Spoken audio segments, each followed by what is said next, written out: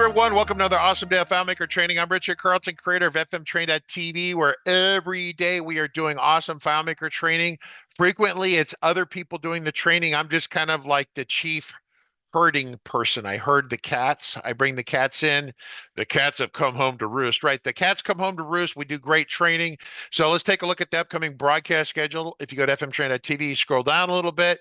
You can see that we have Corn Walker today talking about transactions. So we're going to be covering kind of a recap of transactions, where they are in the world and how they are better now in the FileMaker 21.1 release. So today is about the 21.1 release. Corn, are you there? Dr. Corn. It should be Dr. Corn. Doctor. Dr. Reverend Walker. Yes, there we go. Of the Holy Orthodox Church of FileMaker developers. All right, so let's talk about FileMaker 21.1 came out Wednesday. Yep. And we kind of covered the high altitude stuff with it, but it was like 300 some odd bug fixes and a bunch of little quality of life improvements. And then specifically, there were some improvements with the transactions. So that's what today's focus is. Okay. I mean, there was one improvement, and it kind of snuck under the radar because they didn't really talk about it much. They didn't mention it. They're just sort of like, oh yeah, here and there's this extra script step. So, if you hadn't invited me on here and to do this, I was like, I didn't even know about it. I was just like, I still haven't even looked at the script step. Wow, it's going to be exciting. Okay. Yeah, I downloaded the release, shortly before coming on here. Check it out, make sure it installed on the system. Make sure it works. Yeah, it worked. It loaded. Which wasn't guaranteed. And then I was like, let me see what I can do with this script step here. How it actually changes things. Last time you were here, you schooled us on transactions. So what I want to encourage people, Margaret, is that if they have questions about transactions specifically, to definitely load those in here, because we're going to have time to kind of go back and hammer that. But we wanted to get an update. And Corn is the ultimate teacher. We have to really pay attention because he asks snap questions of the class, and it's a pass-fail situation. So we have to pay attention. There we go. So there's a couple of things here with the transactions. Let me go ahead and open file recent. I'm going to grab this file. This is my favorite database. It's the one that I start all of my projects with. Context database. You go up here, file, you go create new, and it's just one of these templates here. You got one of the starter things. I just started context database. So that's what I've got here, and I've loaded up some data in here. Some of my contact details. This is one of my favorites, Bette Midler, fantastic entertainer. So I was thinking about this. Actually, I was thinking about transactions just recently on a project I was doing, and I'll show that. But I just wanted to quickly go over the idea of transactions in here. So transactions allow us to do things sort of all or nothing. And that's really the basis of it. It's kind of like a package. So if I am to create a record here, so I'll go up here and create a new record and start typing in some data. Title, I'm going to be Reverend, but I still work for Proof+Geist. So let's see, we're going to say here. I think I'm going to get our URL right for this. It's an awesome context database. Look, it even loads up our website. So when we're creating data in here, let's say I put in some invalid data. It doesn't, if I have a script that's doing this, it says, set the title, set the first name, set the last name, set the company, the website. If I had a script that did all of that, and there was something wrong, what would that script do? So for example, I'm going to create a script here that just says set name fields. So I'm going to create a new window. I'm going to set the field. Let's see, we're going to set our first name field. I'm going to set our last name field here. All right. I'm going to change my name here. I'm going to be Richard. Okay. Right, so my script here, all it's going to do is going to change my name to Richard Carlton. I'm going to show that in the thing here so that we can see it. So I've got here, and actually I'm going to use my full name. which I don't really use that often. Or I can use my nickname. A lot of people don't know my nickname either. I just saw some family out in Texas, and they always remind me of what I was called when I was a little kid. Okay. So I've got this here where I've changed my name, and I'm like, no, actually, I'm going to make this Richard's record. By the way, you're going to be working for Proof+Geist. I don't know if you knew that, but Yeah, that's what's going to. it'd be a good company to work for. Hey, listen, Proof guys, you folks are top notch, right? I mean Oh, that seriously. wait, what happened here? This record cannot be modified in this window because it's already being modified in a different, what? Oh, so obviously with my script, if I go back to my script workspace, because I created a new window here and I tried to set these fields, but this record was already open. So I was already modifying it here. I tried to modify that record in a different window, and it said, hey, you can't do that. Like if I tried to do it here, it would do that. Okay. So the idea is, well, what if I did that here? And I said new window, and I just want to put in an email address. Okay. Well, I can't do that here either. Record locked, yep. Because the record's locked, because I'm still on this contacts record. But what if I wasn't on the contacts record? What if I was actually on the email address record? And I just started modifying things here, right? Well, technically, when I've locked this record, and I'm going to go back to a different one here. So Francine, just so you can see what's going on here. So even if I'm in this window and said, oh, it's not Francine, it's Francis, I haven't necessarily locked this email address. So if I go over here, maybe this is actually .org. And you can see now I'm working with a related record here.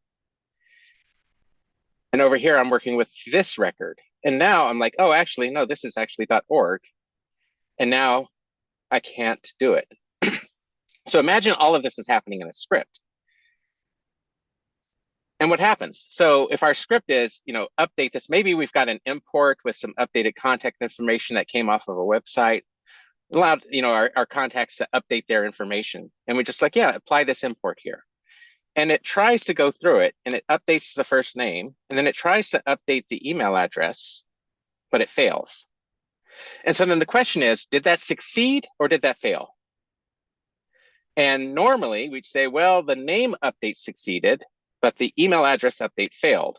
So it's kind of yes and no in terms of success and failure.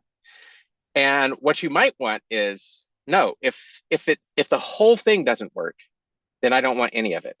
Margaret is Margaret, you watching this? Okay, this is right where your skill set is right now. Okay, you understand? Yes. Yeah. Once again, I'm doing as an intermediate developer. He's talking about a script he runs. Part of it executes correctly, part of it doesn't. Yep. Then you have a half. Okay, I'm not allowed to say this on TV. Half solution. It only did it halfway. It only did it halfway. And what we want to do is we want to say either it all succeeds or it all fails. And that's basically what a transaction is. A transaction is a way to take all of the operations that we want to do. In this case, I'm just doing data edits. All of those operations, they either all succeed or they all fail. None of this halfway. And then that way we can, sort of say, oh, when we did this import, maybe there's a list of 20 contacts that we imported. We can say, these 19 succeeded, this 20th one failed because the record was locked, and give us the ability to try again or something like that. So that's what a transaction is. So I'm going to go back to my script workspace. So what I was showing here is that there are different things that can cause an operation to fail. There are these things called errors. The type of error I just showed was a record lock. So in this case, I could not modify this record because it was already locked in another window. I had locked the record from myself, but it could be another user on the network that has locked the record, so you can't update it. There are other things that can cause errors. There are things like you don't have permissions. Your access privileges don't give you the permission to actually update contact records. You could have other types of errors where, like, maybe what you're trying to do, and I know this is a favorite of yours, maybe it fails validation. We could define some validation here. Oh, God. And we can say the built-in validation, right? The built-in validation, yeah. So we could say we've Okay. got some built-in now, one of the built-in validations that I think kind of makes sense is this one here, primary key. That probably should be unique. And the database engine should probably enforce that. We don't want just, you can set whatever primary key you want, have duplicate records in here and everything. That would be terrible for the databases. So that one, yeah, the built-in validation. This one, first name, last name, have to be not empty. It's kind of questionable. You can say, yeah, definitely needs to not be empty. But what about Zendaya or Madonna or any of these other, Oh, mononomals?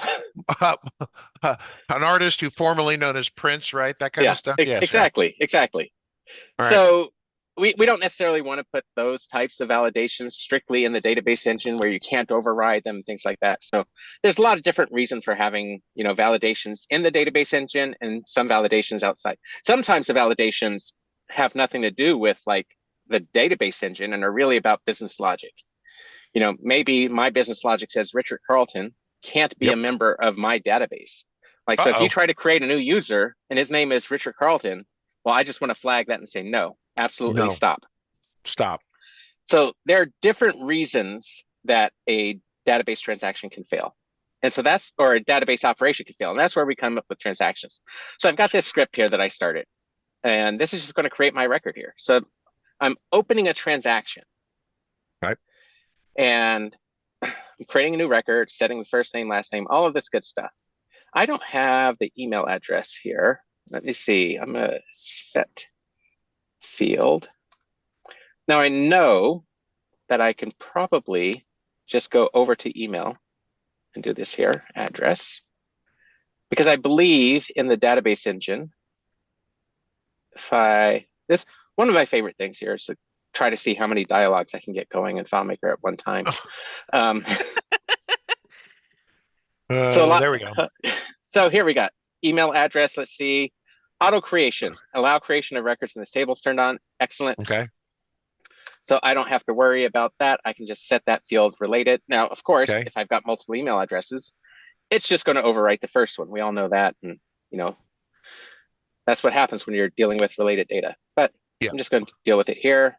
And we're going to say this. And we're going to put my email address, which is, let me see if I get this right. I think that's my real email address. Okay. I'm not going to put my real phone number up here, though. So, sorry. No, we don't do that. No. I'll put your phone number up here, though. A shocking number of people have my number personally, and I get calls all the time like, hey, Richard, did you hear this rumor about XYZ? I'm like, dude, how'd you get my number? Somewhere it was on a demo somewhere. Famous You're last sure word. It's not, hey, Richard, have you thought about your car's extended warranty? Oh, shh. Okay, Yes. So I'm going to run my script here, my transaction sandbox, which is just going to create a record for me. And this time it's going to do it in a single transaction. Okay. So I create my new record, set my fields here. This is excellent. All of this is being set. I commit my transaction. Everything's wonderful. If I look here, I can see I've got an email address. I've got all of this stuff here, etc. Now, what if this wasn't actually creating a new record? I'm just going to disable this step. What if this was just actually updating a record instead?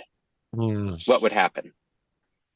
Well, you're likely to run into a record lock, potentially. Well, potentially. Maybe. I mean, if I put my government name here, okay, and if I run this again, it'll just update, right? Okay.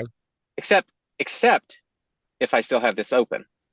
Yeah. So if I type this in here, and then I go to a new window, and I'm like, oh, I actually want to do some stuff over here. And then I'm like, oh, wait, this says corn. Let me fix that, And so now I'm in a new window, but I've got this one locked behind here. And now I'm going to run my script. It's going to say can't be modified because it's being modified in a different window. But that's an ugly dialogue. It's an ugly dialogue. And then most people don't understand it. No, because they're like, what? What do you mean? Where? Yeah. How? Yes. How is this being modified? Okay. So we'll remember, though, that one of the reasons that we had a problem before was not just like that record, like of course that record's being modified. But if I come over here and I'm modifying this here, what some people might not know is that before we merged with Geist Interactive, the company I was with was called the Proof Group, spelled correctly. Okay. So somebody might not realize that. That's actually what the company name was Proof Group. We merged with Geist Interactive and became Proof+Geist. It was sort of like, you got chocolate in my peanut butter, or you got peanut butter in my chocolate. One of those situations. Okay. So now I'm modifying that email address behind the scenes over here. I've got this email address being modified.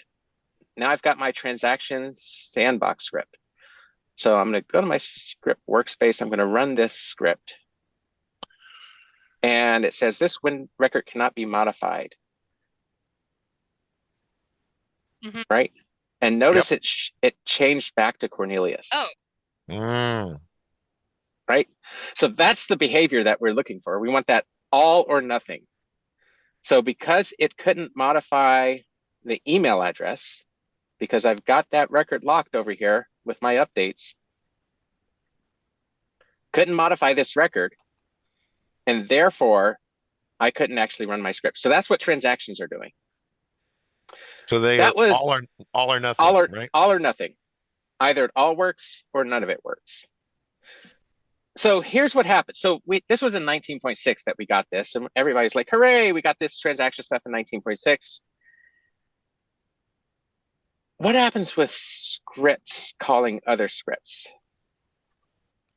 And this was a tricky one. Because I'm going to go back to my scripts here, and I'm going to say, I'm going to run this other script. I've got this subscript here. This subscript is going to open a transaction itself. It's going to set my title and my initial, right?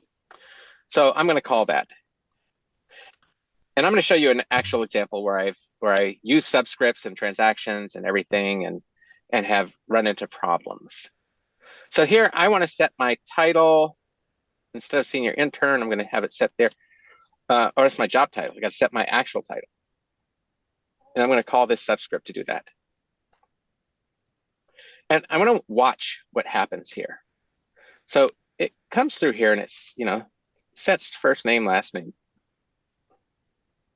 Comes over here, open transaction. So this is the first thing that we learned, was that you can't actually nest transactions. So you've got a transaction going in a file.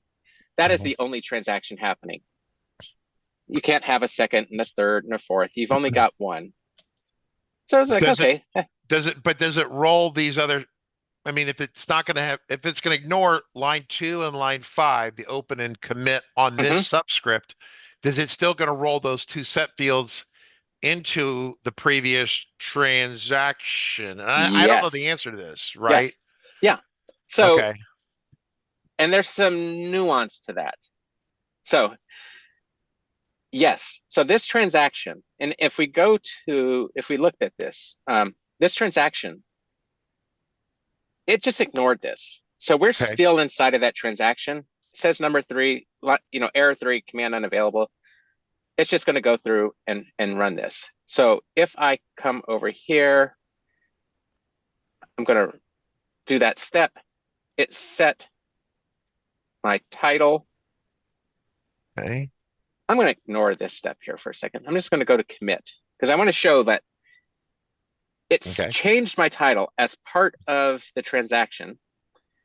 Okay. And when I go to commit, it says command unavailable. And there's a function here. And this function, I've got a whole bunch of functions in here, but I'm going to just add it here. There's a function here called get transaction open state. And if I evaluate this, you can see that it says 1. So if it says 0, that means there's no transaction. If it says 1, that means there is a transaction. Okay. So transaction open state means that this transaction is still open, even though my subscript tried to commit it. So the only thing that can commit a transaction is the script that opened the transaction. So you can't open it here and commit it somewhere else. That's what I was worried about that. So good. Yeah. So now I can commit my transaction here, and you can see my subscript worked fine. My subscript, the main script updated my name, subscript updated my title, and now everything's good. Everything committed. Here was the thing that they recently gave us. I'm going to go back to my script workspace. I'm going to look at my subscript, and you see that I skipped over this one here. Set field contact initial to Z. I think I was kind of feeling like I wanted to be Zendaya, but so now if I go to my transaction sandbox, I'm going to step through this here and show you what happens. So I'm going to go through here, updates my name. Yes, yes, yes, everything's good. Then it's going to perform my subscript, open transaction, that gets ignored. We know the commit transaction is going to get ignored. We update my title, and now we're going to set my initial to Z. And it says this action cannot be performed because this field is not modifiable. What? I don't even understand. I don't understand what happened here. Let me try that again because it doesn't make any sense. Actually, I'm going to change myself to Richard. Okay.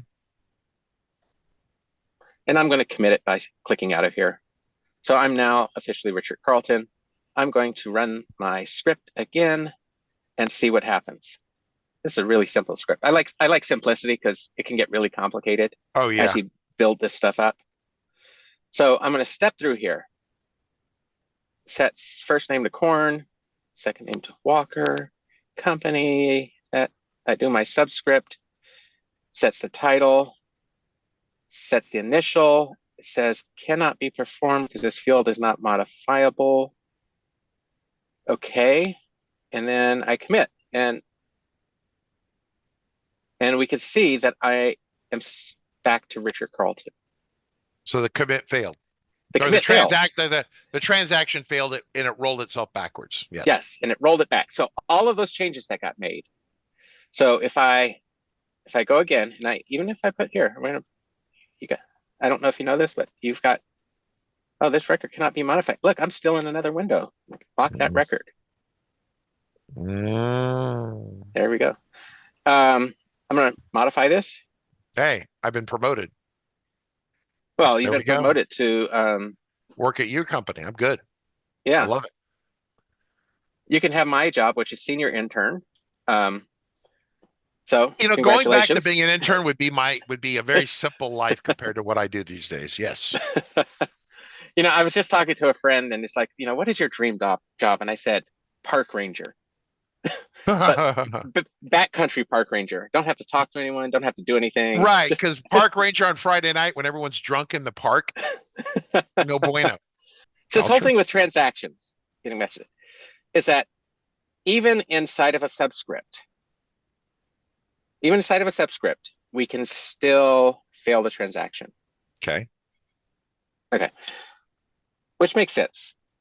Now, one of the things in my subscript here, I disabled this step at the beginning, this new window thing. And this is one of the things that, it goes into the scope of transactions. So transactions, the scope is not just the file that you're in, but also the window that you're in. So if you go to another window, is it part of the transaction? Is it not part of the transaction? That's always the question. I would assume so. You would assume which? That it's part of the transaction? I would assume that'd be part of the transaction because it's not ended yet. So it's not ended yet, right? So we showed that as a subscript, it's still part of the transaction. It ignores the open transaction and closed transaction. So we set that, we go to and now we just create a new window for this. It's like the same window here. We got both of them here. And again, command unavailable because we've already got a transaction open. And we set this field, and it says this record cannot be modified in this window because it's already being modified in a different window. So again, the transaction, right? So we've got two windows. We've got this one. We started it over here. We started modifying it over here. We came over to this window to do some stuff. Now, what actually happens over here? When you're in a new window, you're not technically in the transaction anymore. The transaction is still open, but you're not technically doing stuff inside the transaction. So anything you do in a new window actually gets committed immediately. 2. Okay. Which sometimes we want. Sometimes we want. Like, for example, when I was, I had a school database, we were really concerned about relationships between people. Sometimes we were like importing data. It's like, oh, this is the aunt to the student. Oh, I don't have a relationship type of aunt. Let me go create that aunt relationship type record, get the ID back, and then set that ID into the student aunt relationship between those two people. So sometimes we want it to actually create a record, have it commit immediately, even though we want to have a transaction for the basic record. Yeah. So I get this little one thing where I want to commit it and the other thing where it's not. Now, remember, when I tried to set this initial to Z, it reverted my transaction because this is a calculation field, it turns out. And you can't set a calculation field. And that causes the whole thing to fail, even when it's in a subscript. So then what happens is I run this here, and it says this field's not modifiable. What happens to our transaction? I would assume that would be considered a cancel, as then it wouldn't go through all the way. Yeah, it's not over there. Didn't go. Are you sure? Well, I don't see Richard Crow. Oh, you share script ran. I was Richard. No. Okay, I was looking for the other one. Yeah, you're correct. Then Wait, so let's do this again because I want to make sure we can see what happened here. So I had this record. Yep. I changed it to Richard Carlton. Yeah, and it's locked. So we're going to lock it. I'm going to unlock it. So unlock it. Yeah, committed. That's committed. Which actually gets to this question. What happens if you have a record that's already open when you start your transaction? I'll let you think about that one. It should incorporate that open record in, but because it's at the beginning state. But yeah. Okay. It should. So here, it should. We think maybe, possibly. Okay. So here. This is the problem with bringing you on the show because I feel like I'm instantly getting schooled, which always happens, right? I always learn new stuff. All right, here we go. All right, here we go. So I had this at Richard Carlton. I'm stepping through here. It's updating all this stuff. Changed. Everything's great. Okay. It's changed. I run my subscript. New window. But this time it's doing it in a new window again. Okay. So it changed here. I just created a new window. It's sort of changed here, kind of whatever. Open transaction. Command unavailable. It ignores. Records being modified in a different window. New window. Set field. But that failed. But remember, I'm in my transaction still. If I go to my data viewer, if I go to my data viewer and I go get transaction open state, and evaluate, it's still 1. So I'm still inside of my transaction here. And then I go to commit. Okay. And it committed because the failure happened in a new window, which wasn't technically considered part of the transaction. Exactly. So the failure happened in a new window, wasn't part of the transaction. Now it didn't update this because it was in a different window. Part of the new window stuff, yeah. Yeah, that was part of the new window stuff. Right? So that's brilliant. So now I'm going to get back to this whole... No, can I need to clarify this. Okay. Margaret, I was watching other conversations over here. So we have a transaction in window 1, and transactions we have learned are generally window centric. So they're specific to window. They're window centric, yes. We pop a new window and forget the fact that we say open a new transaction, because it doesn't matter, so ignoring that. We do something that causes an error in that new window. Yes. And so that causes a transaction to fail, that process to fail, but it really probably shouldn't have, because the transaction was, I mean, I understand it's failing there, but it's failing in a new window, which really isn't part of the transaction. Like the failure's in an area that it shouldn't fail in. I guess I'm speculating, but it doesn't see it, I think. I mean, it seems to me it should fail. If it's going to fail, fails in the original window, because that's where it's based, right? So because our context was a new window, yes, the transaction is sort of in suspended animation. On the previous window. On the previous window. Yeah, previous window. Okay. So the transaction was in suspended animation. Yes. We were doing some stuff. We were monkeying around in a new window. Yes. That failed. Okay. Yep. But the transaction doesn't care because it's not concerned with that new window. So instead, when we do our commit transaction, it's thinking in the context of this window, and it's saying, oh, did everything succeed over in this window? Yes. So it did. So it went through. Okay. So it went through. Okay, so that's the basics of how transaction works. So it's only within the same script that you can open and commit a transaction, only in that single script. You can't commit a transaction that was started in a different script. Okay. And anything happening in a different window, whether it's in a subscript or not, doesn't matter. In fact, this subscript here, I could have taken these steps here, new window, set fields, copy these over here. Instead of performing it as a subscript, Just build it right in there. I can just build it right in here. And it still wouldn't see it because it's a new window. It's because the transactions are Windows centric is the Correct. phrase. Yes. Yeah. Okay. Yep. Yep. So now even if I'm doing it over here, because this is a new window, this doesn't cause the transaction to fail. Make sense? Yep. Yes. Okay. So getting back to validation, our favorite topic. Sometimes it's business logic. And we want to say things like, if the first name is Richard and the last name is Carlton, then this is no bueno. Let's bail on this whole thing. Yes. And that's where we have this script step, revert transaction, right? And we have a condition, so we can put whatever condition. And this is just, if you look down here, calculation result must be Boolean. So non-zero values are true, zero and empty values are false. So the first name equals Richard. Yep.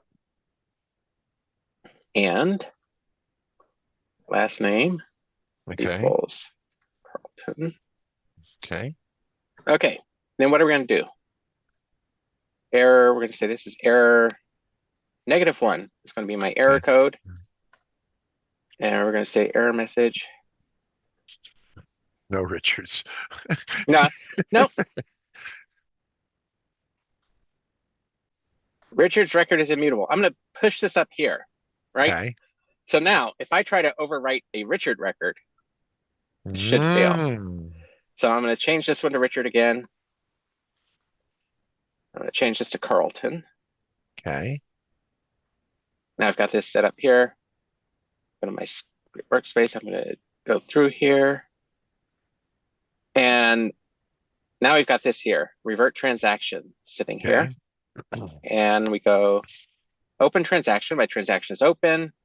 Before I even try to overwrite this record, I check to see, is this a Richard Carlton record? Because if it is, we don't want to overwrite it. Yep. We're just going to stop. We're just not going to do it. And you can see I immediately jump to my commit. Immediately.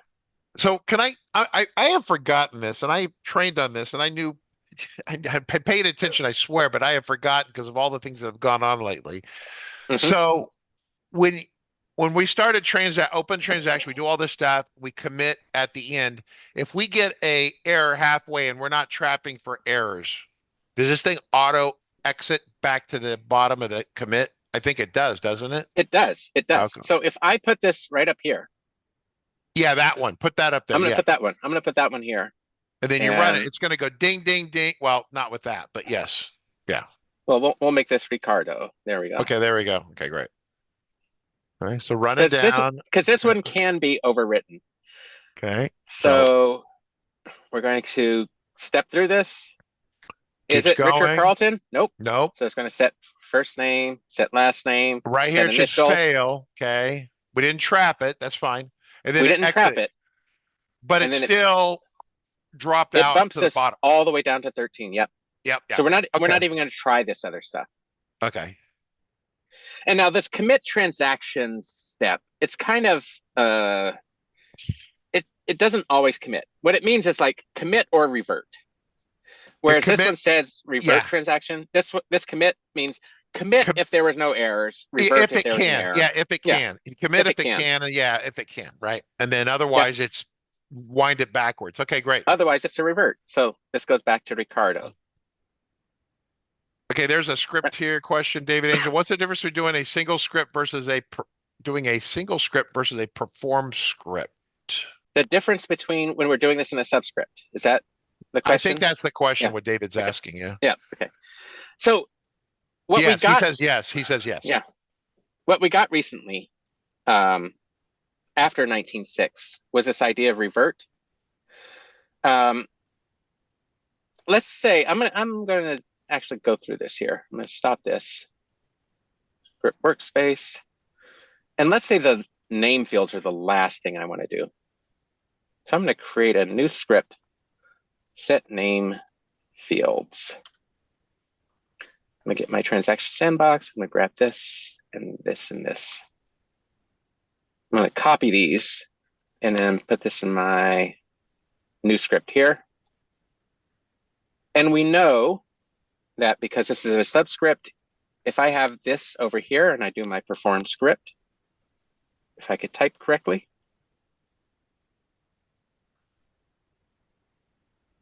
my set name field. So instead of doing this here, I'm going to set my name fields in a subscript, and then it's going to come back here. So all of this should be fine if I do this. Actually, I'm going to not have that error in the subscript. I'm going to keep that error right here, disable that here for now. So now if I step through this, it's not Richard Carlton, so I can keep going, pass my business logic test. Now I'm going to set my name fields. This gets set to Corin Walker. I come back, everything's fine. I'm still in my transaction. Here, it bails. Commit transaction, couldn't do anything. It drops down. So David, you're clear on that, right? So scripts really don't have too much to do with it. It's Windows-centric, not script-centric, I think is the takeaway. That's exactly it. And so if I'm in my set name fields and put my error here instead, and then run this. So I go here, I perform the script, set my name. Oh, can't do that. And you can see it bailed to the original script, to the commit transaction in that original script. So even though the error happened in a subscript, that commit here failed here. Here's one of the things that recently happened. This was, I don't remember what version this was that they gave us this. Because we've got this revert transaction here. This is our business logic. I'm going to copy that here and disable it. I'm going to put that in my set name fields thing. Because I want to put my business logic next to the stuff that it's logicking over. And what I'm actually going to do here is I'm going to close this file. And I'm going to open up my trusty copy of FileMaker 19.6, which hopefully it still runs on this. I updated my OS and I always got to cross fingers here that that's going to work. Recent, no. So I'm going to open on my desktop, contacts, open here. And I want to show what's actually happening here. So remember, if my set name fields here says Richard's record is immutable, I want to revert my transaction if his name is Richard Carlton. So I'm going to change this back. This is going to be Richard Carlton. I'm going to commit it by clicking out of there. Now I'm going to go to my script workspace and go to my transaction sandbox. And I'm just going to run this here. Now, instead of doing my logic here, my revert transaction, I'm going to do it in my subscript and revert transaction. So this is in 19.6 when we first got transactions. You can see here, I got an error here. It says command is unavailable. So revert transactions newer. Not that it's newer. It doesn't work in a subscript in 19.6. Doesn't work in a subscript. So it just goes ahead and overwrites those fields anyway, even though Richard's record is immutable. Oh. And a lot of people are like, oh, gosh, why can't revert work in a subscript? We want revert to work in a subscript. Why does it not revert in a subscript?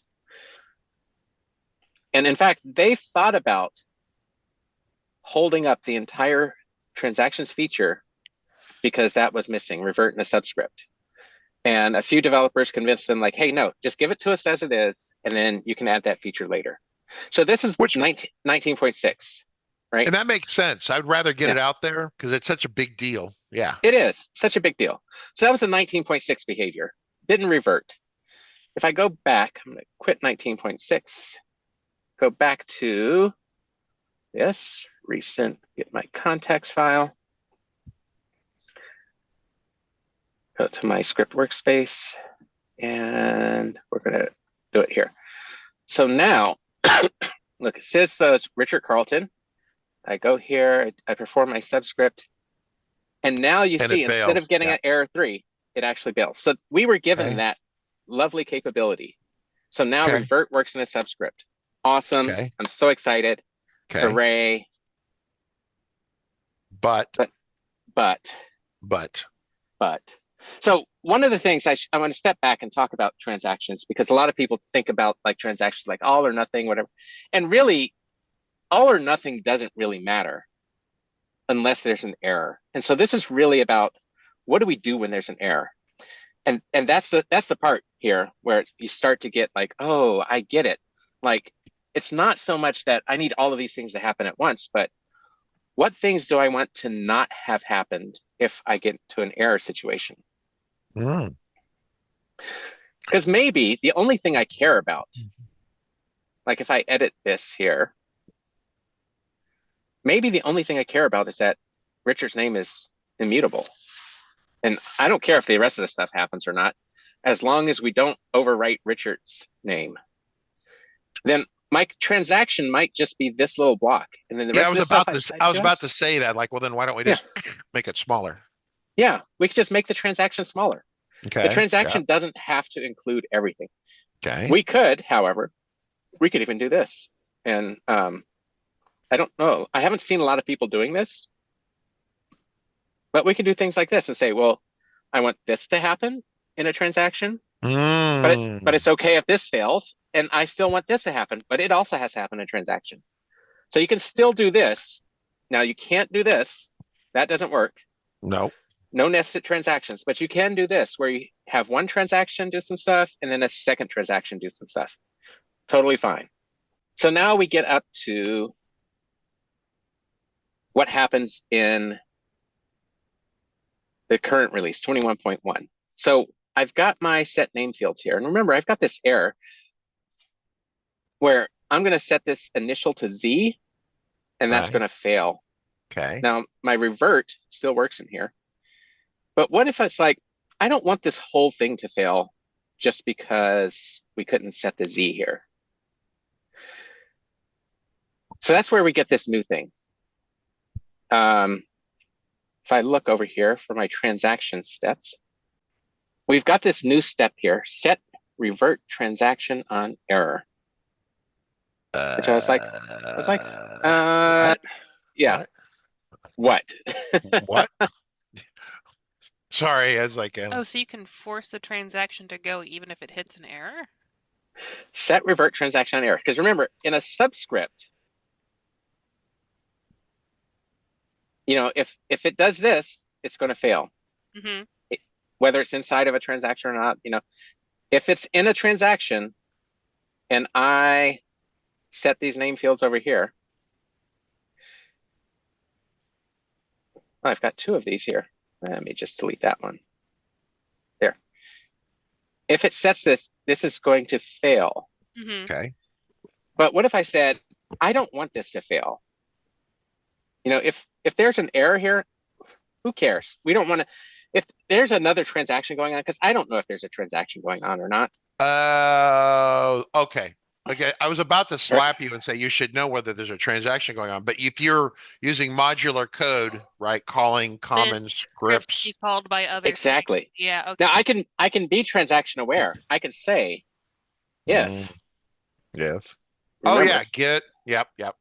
transaction open state. So if there's a transaction already open, I can say, yeah, I don't want to cause any errors that cause you to bail out of your, because who knows how deep I am in this nest. You know, this could be like 3 or 4 or 10 scripts deep.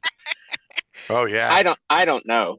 And I'm just like, look, I don't want to cause any problems here. I just want to update these names. Right? So now I set this here and I'm going to save this now. So I'm going to set my name fields. And this is what that new step is doing. So I come over here. I revert. My revert still works here. Okay. Right? Okay. Because it's Yep. a Richard Carlton record. Yep. Okay. Now here's something that I honestly don't know because I haven't tested this. So we're going to find this out together. What happens if I put this here? Yeah, that would to be what you'd oh, I see. So we have implied reverts, and then you have explicit reverts is what we have going on here, Margaret. So it's implied if it just runs into it, but the explicit one is line 4. Okay. Right, see what I'm saying? Right. So, If you did you just accidentally wander through the minefield, or did you deliberately walk through the minefield? Right. Got it. Yes. Okay. So this is an automatic revert due to error. This is an explicit. So you want to ignore the automatic reverts, but pay attention to the explicit reverts. Okay. Well, he's thinking he hasn't tried this yet. We're going to find this out together. Now, I thought about this yesterday, and I explicitly did not want to try this yet. I said, I don't want to know. I want to find out when everybody else does. You want some Friday excitement. All right, very exciting. So we're going to set this off because remember, my transaction open state was, I've got a transaction open. I set this off. It says Richard Carlton. Hey, it still reverts. So we've still got an explicit revert. Hooray. Cool. Doesn't do anything. Now, so that's one thing that we've learned. So it doesn't affect the explicit revert. So here, we're going to do our thing. We're in a open transaction. We're going to set revert transaction on error off. Our explicit revert, it's not Richard's, so we can overwrite it. And it's not. We can do that. We can do that. Yep. Cannot be. Okay, here we go. Look where we are. We're still in the transaction. We're still going. Still in the transaction. Oh, so this is really good then. Yes. Because we can do explicit reverts, implicit reverts. And then pick which one you want to acknowledge or ignore. I can see people picking design styles like they kind of code a certain way, right? I would be like always like trying to not, do it one way and not use every can of worms that you could possibly pop open on some code. I just ran into this just earlier this week where I could have used this behavior. Now, what about our implicit reverts? And I'm going to show you. I've got this client that I'm working on. And let me just show the scripts here because the thing doesn't actually matter. What matters here is this script that I'm running, which is duplicating an estimate. And an estimate is a whole bunch of things. You've got your line items, you've got your all of this stuff, and you want to duplicate the whole thing because maybe you want to change a few things here and there. So the idea is I've got to create a new estimate, set all the attributes for that estimate. This thing is for, you're doing an estimate for a construction project. So there's all these rooms that are associated with the estimate, all of these items that are in the rooms, and you got to duplicate all of these. And then you've got all of this labor that you need to do. And so this was a whole thing. And I was like, oh, I want to deal with this labor because this is getting really, I don't really like to write scripts that are 200 steps long. I like to write scripts that are really tidy and do like one little thing. And so I made this a subscript to duplicate the estimate labor. And it's like, okay, that works. And so here I'm duplicating my estimate labor. And the way that it's doing this is it's actually doing an export and an import from CSV much faster to do it this way than it is to like go through and walk. Because in this case, there's like 12,000 lines here that I'm duplicating. Much quicker to just export that 12,000. All I do is I export a global field that's going to be the new, foreign key for those records. Instead of exporting the foreign key, I export a global field, and then I do that re-import with the global field going into the foreign key. And so all of a sudden, I've got all 12,000 things done in seconds rather than I tried it when I was walking it, and it was like minutes. Oh, wow. So that technique worked really well. Now, there might be a case where I want to duplicate the estimate labor separately. So I'm doing this inside of a transaction. And what I ran into is that occasionally it would fail because of some validation issue or whatever, I don't know. And when I was doing my duplicate, the entire duplicate would fail. And I was like, why is this not working? I couldn't figure out why it was failing, where it was failing. And if I just had this, the ability to say, set revert transaction error off, then I would have been able to find that it was my labor that was not duplicating correctly, rather than having to walk through it. I literally, in the original script here, because these are loops here, I'm stepping through and stepping through and stepping through, and yeah. there are error, like you could say, yeah, well, you always use the pause on error. Well, there are a lot of errors that were happening that are just kind of warnings. They don't actually affect your transaction. And so in this case, it took me like an hour or two to step through this thing to try to figure out, like, where is this error happening, and figure out that it was in this subscript. Because I'm in the debugger and I'm just clicking next. Yes. We've done that. You've done that. And in this case, I was just like, oh, I figured it out eventually. This would have allowed me to just, put that here. Say, hey, let's rule out duplicate the labor. If we rule this one out, does it still fail? That would have been really useful to me to be able to do that. And okay, and I could not. We have a question here Sure. from Stu. Hey, Kyle Williams there. Hey, Kyle, how's it going? Stu says, does the revert on error, or the implicit, I guess we're talking about the implicit one here. Can we turn is it a toggle on and off, or, because when we turn it, so when we turn it, set revert error on transaction off, is it off only during that script, or, and then if it then unwinds backwards to its parent script, does it? Yeah, here, let's show that. That makes sense. Stu's asking if he can, does he have to turn it back on then later on? And the answer, I think, is yes, but there's a couple of things here. And we're gonna do this here to show you what the behavior is for this. And what is the default behavior for it? If it's not on here, then the default behavior is it errors automatically, right? The implicit error is on by default, right? Yes. So revert transaction on error is on by default. You have to explicitly turn it off. And then where will it turn itself off, if anywhere, down below? Right. Or back. So here we're going to do this here. Oops, I put this in the wrong spot. Let's put this up here. So we're going to turn it off and do this, and then we're going to turn it back on and do this. Just to show you that how it works in the subscript, and then we'll show you how it works in the parent script. Okay. So in the subscript, so I'm going to go here. It's not Richard Carlton. I can update this record. Okay.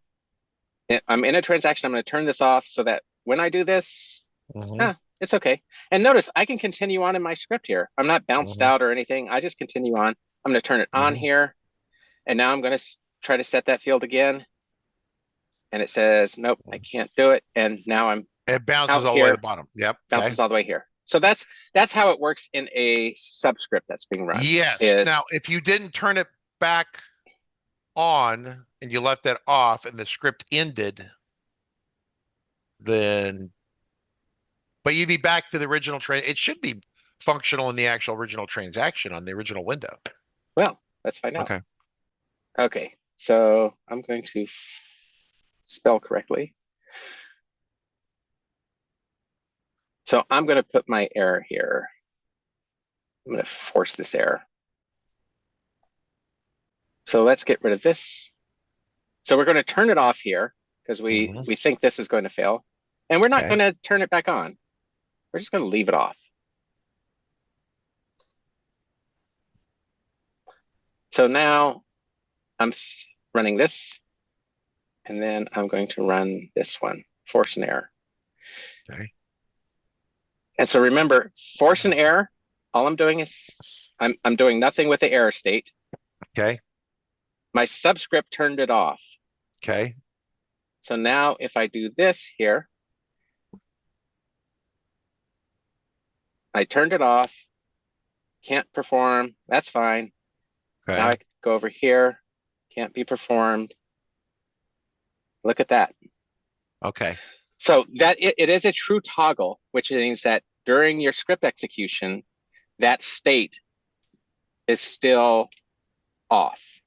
It stays with that script execution, even if it's not specific to the subscript or whatever script that called it, right? So Right. yes. Right. Yeah. Yeah. So you're just setting it to a state. You're setting it to the off state, and then you can turn it back to the on state. I have a question back up. So say it's off and then it winds all the way to the end with the commit, but really it can't commit because it's had errors up the wazoo.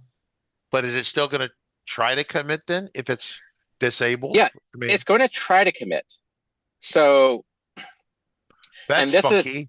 This is really like, about yeah. This is about your where your validation's happening and things like that. Because remember, I tried to set a calculation field. Well, it didn't work. Is that a bad thing? Who cares? Like, as far as the database engine is concerned, it tried to stop you. You said, no, don't stop me. Let me go through and blunder through with my errors. Okay. And it's going to say, okay, you told me not to stop you. I'm going to let you go. So you could put this here. Like, so every time that you perform a script, I don't trust myself to remember. So I could turn it back on here. Just like, I don't know what that subscript did, but I'm going to make sure that this is on. Okay. And so that now if I run this, like I turn it off, that doesn't cause a failure. Okay. Allows me to keep going in here, but I turned it back on. Yes. And now boom. Boom down here. So that's the behavior. And what this allows you to do is to control both inside of the subscript and outside of the subscript, whether you're going to allow database engine errors. Now, these are database engine errors specifically. I think when this came out in 19.6, I wrote a white paper on our website talking about the different types of errors that happen. And these automatic errors that cause a revert, these are database engine errors. So things like you don't have permission, you're trying to change a calculation field, you're trying to do this. Now, this happens to me all the time. Well, not all the time, but occasionally where I'm doing things. One of the things I like to do is I like to populate data on the server using the calculation engine. And sometimes I forget to turn that back off.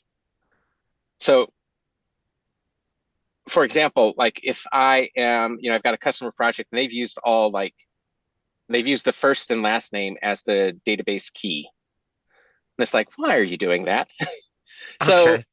I will change it to like a UUID, but now remember, I've got all of these related records here. I've got my addresses, I've got my phone numbers, I've got my email addresses. And what I'll do is I will temporarily change one of these things into a calculation field, one of the foreign keys, to automatically calculate it using the lookup function. And it will store that value into the calculation. And then I change the field back to a regular text field and that value is stored. It's an easy way for me to quickly clean up data. Yes. Except sometimes I forget to change it back to text. Okay. And then all of a sudden my scripts are failing because it's trying to do something and it's not working and blah, blah, blah. So that's one of the things where like, yeah, I've made mistakes like that. Or somebody, because we're working on client systems, we don't necessarily aren't the only developers in there. And they decide, oh yeah, actually I want this field to be a calculation field. I thought this was going to be something the user can enter, but actually I want to enter it with a calculation. I'm going to change it to a calculation field. And meanwhile, I've got a script that's setting it. And then all of a sudden they're like, oh, the system's broken.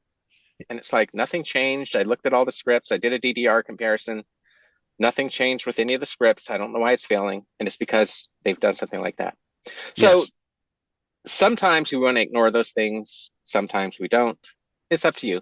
If you're doing all of your validation not in the database engine and you're doing it, with your script, or if in your subscript, you're actually looking for errors. If you're setting error capture on, So Stu's asking, does the toggled state persist across transactions or across scripts? So we demonstrated that the implicit revert will live across scripts within a single transaction. But once the parent, the overall transaction ends, I think it resets, right? I mean, you would think so, right? Yeah. Here we're going to see this. So I'm going to remember I said a lot of people don't do this, but maybe I want to update the contact info here, but not necessarily this. Okay. So I'm going to set this. So my set name fields, remember, it turns it off. And I'm not going to turn it back on. Sorry, this goes up here. Okay. So I'm not going to turn it back on. Okay. I'm just going to let it commit the transaction here. So it's going to set all this stuff. It's going to set the name fields, set name fields, turns it off. Okay. When it bounces back here, it's going to commit this transaction. Then it's going to open a new one. And now I'm going to force an error. Okay. And we're going to do this. Let's see if we can set the title. Okay. So when we go through this, we come here, boom, this is not Richard. I can update it. We're all good. Set that off because I can do this thing. Doesn't matter. It still commits. I open a transaction. Now I force an error. It says, no, can't do it. It still sets this because as a toggle, it's while my script is running, while I'm while there's a script in the stack, while I'm running a script, this state of the transaction on error being off persists. So you have to turn it back on if you know that you've turned it off, or if you suspect something might have turned it off, or if you just want to, double knot your shoelaces, you can just turn it on. Like there's no harm in turning it on. If it was already on, it's not going to bark at you or anything. But if your script is, but I'm sorry, it was muted. If the script's completed and then you start another script, it resets it back. Kind of like error set, error capture, and user abort, stuff like that. Yeah, all of those things. It sets the state back. When there's no script running, the states revert back to the default. There you go. So is that the change in 21.1? I hate to ask this question because that is the change. That is a change. I want to make sure we actually got to the on 21.1 thing. Like, hey, we're having really good fun here, but did we actually get to the end? So we did. We got to the end. This is it. It's just really nuanced about how this behavior works, because there's a lot of different scenarios in which, like, what does this actually do? If I set it in the subscript, does it persist to the parent script? And the answer is yes. If I set it inside of this transaction and then open a new transaction, does it persist? As long as the script is still running, yes, it persists. So it toggles off, toggles on. The default is set revert on transaction error. The default is on. So if you don't have the step anywhere, it's just on until you turn it off. And then once all of your scripts exit, then it turns back on. Hopefully this has helped a lot of you. Okay. Anything else we have from you, Mr. Korn? It's Friday, right? So it's Friday. Anytime you want to come back, it's an open invitation. Everyone loves having you here, and it's truly educational. Oh, well, thank you. And I mean that seriously. So anyway, but everyone in the community, Proof+Geist, Alliant, everyone who comes in helps. We really appreciate creating a great training environment for people to learn. It's really, really good. So thank you. Thank you, everybody. We will see you not Monday, Tuesday. All right, everybody. Have a good one. See ya. Thank you.